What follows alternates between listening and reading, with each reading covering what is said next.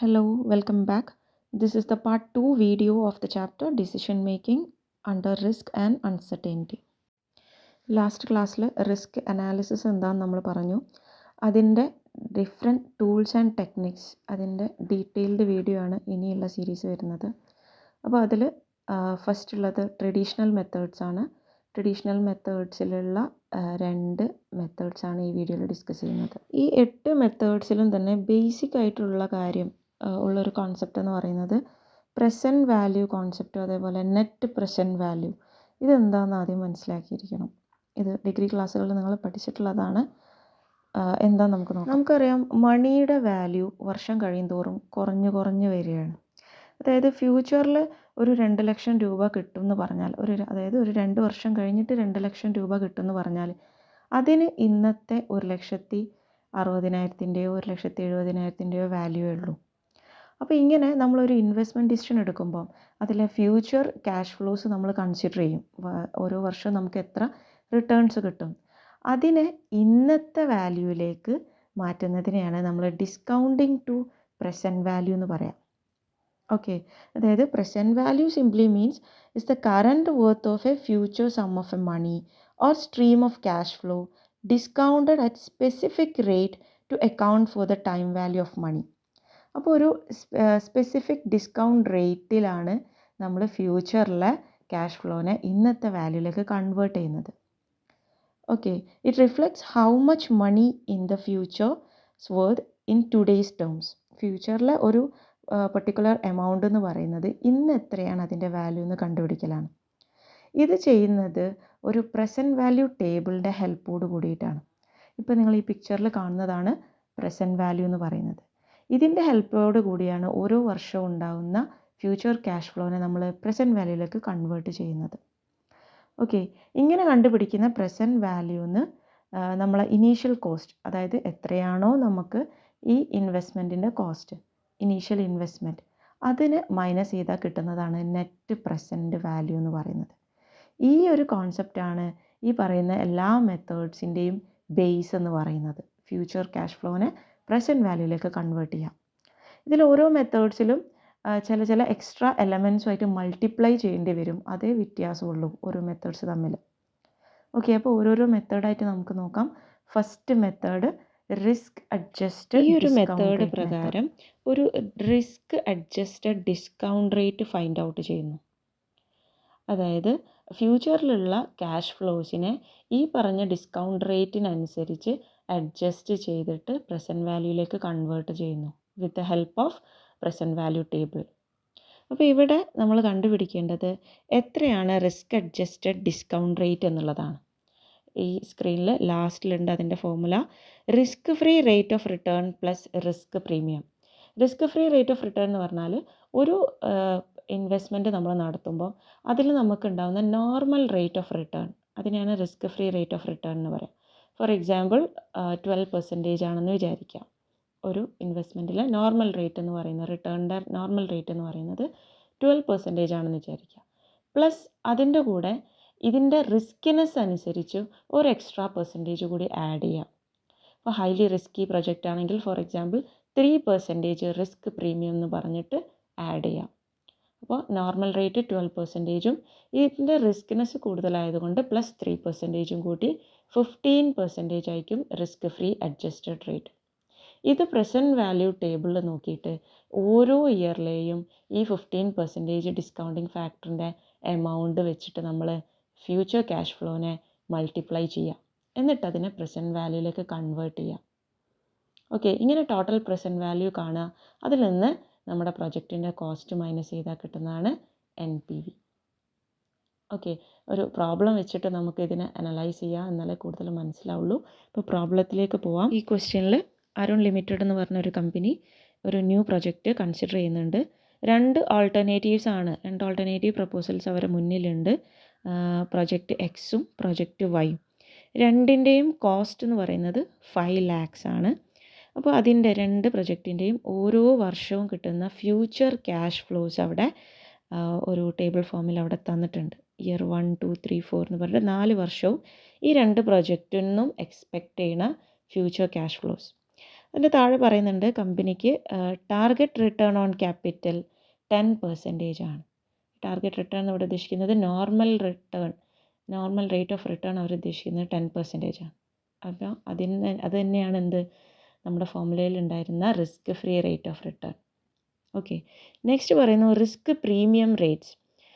Project എക്സിൻ്റെ risk premium rate 2%, project വൈൻ്റെത് 8% ആണ്. നമ്മൾ പറഞ്ഞു ഓരോ പ്രൊജക്റ്റിൻ്റെയും റിസ്കിനനുസരിച്ച് ഈ ഒരു പെർസെൻറ്റേജ് മാറും. അപ്പോൾ ഈ രണ്ട് പ്രൊജക്റ്റിൻ്റെയും പെർസെൻറ്റേജ് തന്നിട്ടുണ്ട്. എന്നിട്ട് നമ്മളോട് പറയുന്നു state which project is better, ഏത് പ്രൊജക്റ്റാണ് ഇതിൽ ബെസ്റ്റ്. അപ്പം ഇതിൻ്റെ ബേസിക് ഐഡിയ മനസ്സിലാക്കുക. രണ്ട് പ്രൊജക്റ്റിൻ്റെ ഫ്യൂച്ചർ ക്യാഷ് ഫ്ലോ 4 വർഷത്തേക്കുള്ള ക്യാഷ് ഫ്ലോസ് തന്നിട്ടുണ്ട്, അതിൻ്റെ നോർമൽ റേറ്റ് ഓഫ് റിട്ടേൺ തന്നിട്ടുണ്ട്, റിസ്ക് പ്രീമിയം അതായത് ഇതിൻ്റെ റിസ്കിനെസ് എത്രയാണെന്ന് പറഞ്ഞു തന്നിട്ടുണ്ട്, 2%ഉം 8%ഉം. നമ്മളോട് അതിൻ്റെ കോസ്റ്റും തന്നിട്ടുണ്ട്, രണ്ടിനും 5 lakhs ആണ് കോസ്റ്റ്. ഏത് പ്രൊജക്റ്റാണ് ബെറ്റർ എന്ന് നമ്മൾ പറഞ്ഞു കൊടുക്കണം. അപ്പോൾ ഇവിടെ ശ്രദ്ധിക്കേണ്ട ഒരു കാര്യം എന്ന് പറഞ്ഞാൽ ക്വസ്റ്റ്യനിൽ ഏത് മെത്തേഡാണ് യൂസ് ചെയ്യേണ്ടതെന്നൊന്നും നമുക്ക് തരില്ല.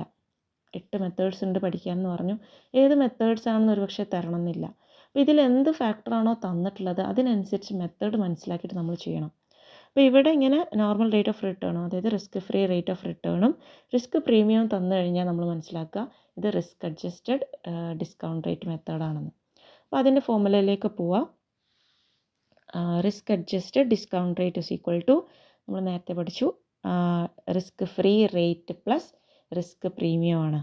അപ്പോൾ ഈ രണ്ട് പ്രൊജക്റ്റിൻ്റെയും ഈ പറഞ്ഞ സംഭവങ്ങൾ കാണാം. ഇപ്പോൾ റിസ്ക് ഫ്രീ റേറ്റ് 10% ആണ്, പ്രൊജക്റ്റ് എക്സിന് റിസ്ക് പ്രീമിയം 2% ആണ്, മറ്റേതിന് 8. അപ്പോൾ total risk adjusted rate project എക്സിന് 12%ഉം പ്രൊജക്റ്റ് വൈക്ക് 18%ഉം ആണ്. ഇനി നമ്മൾ കാൽക്കുലേഷനിലേക്ക് പോവാണ് with the help of present value table.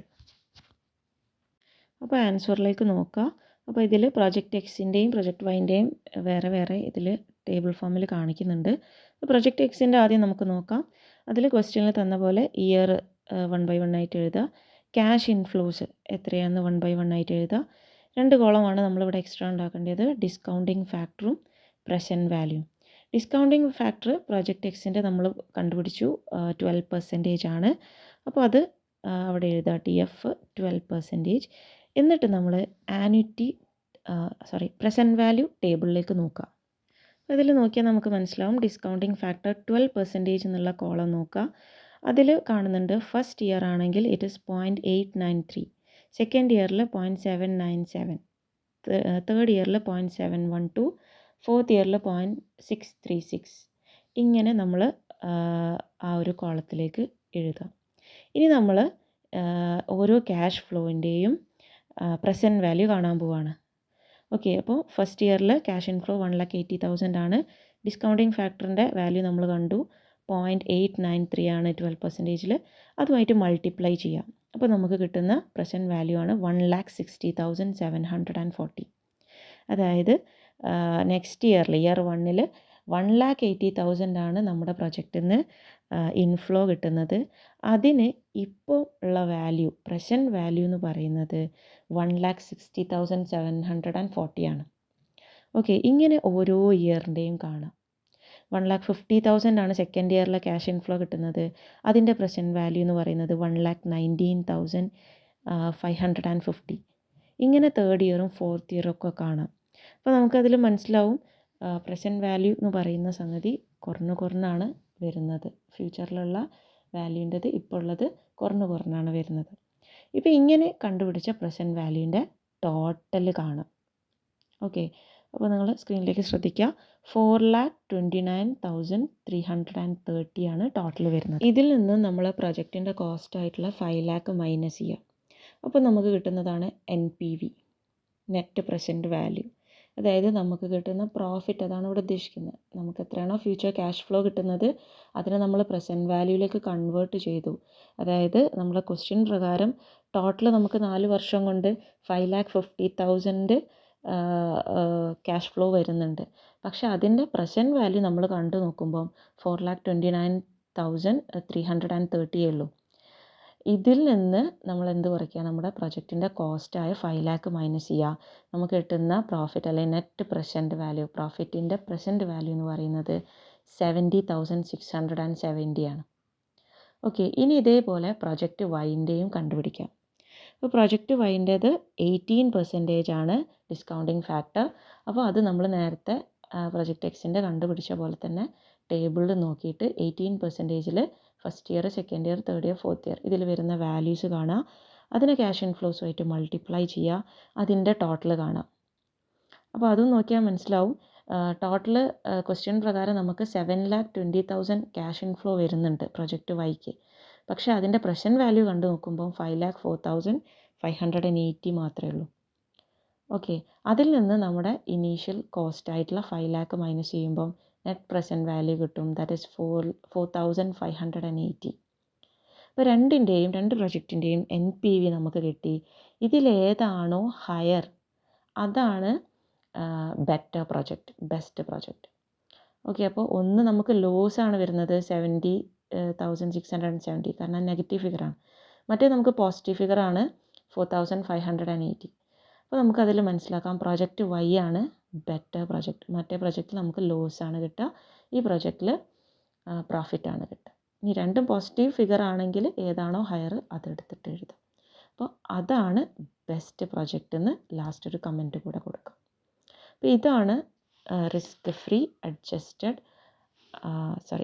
Adjusted discount rate പ്രകാരം ഏത് പ്രൊജക്റ്റാണ് ബെറ്റർ എന്ന് നോക്കുന്ന രീതി. ഇനി next method, certainty equivalent method next വീഡിയോയിൽ. Thank you for watching.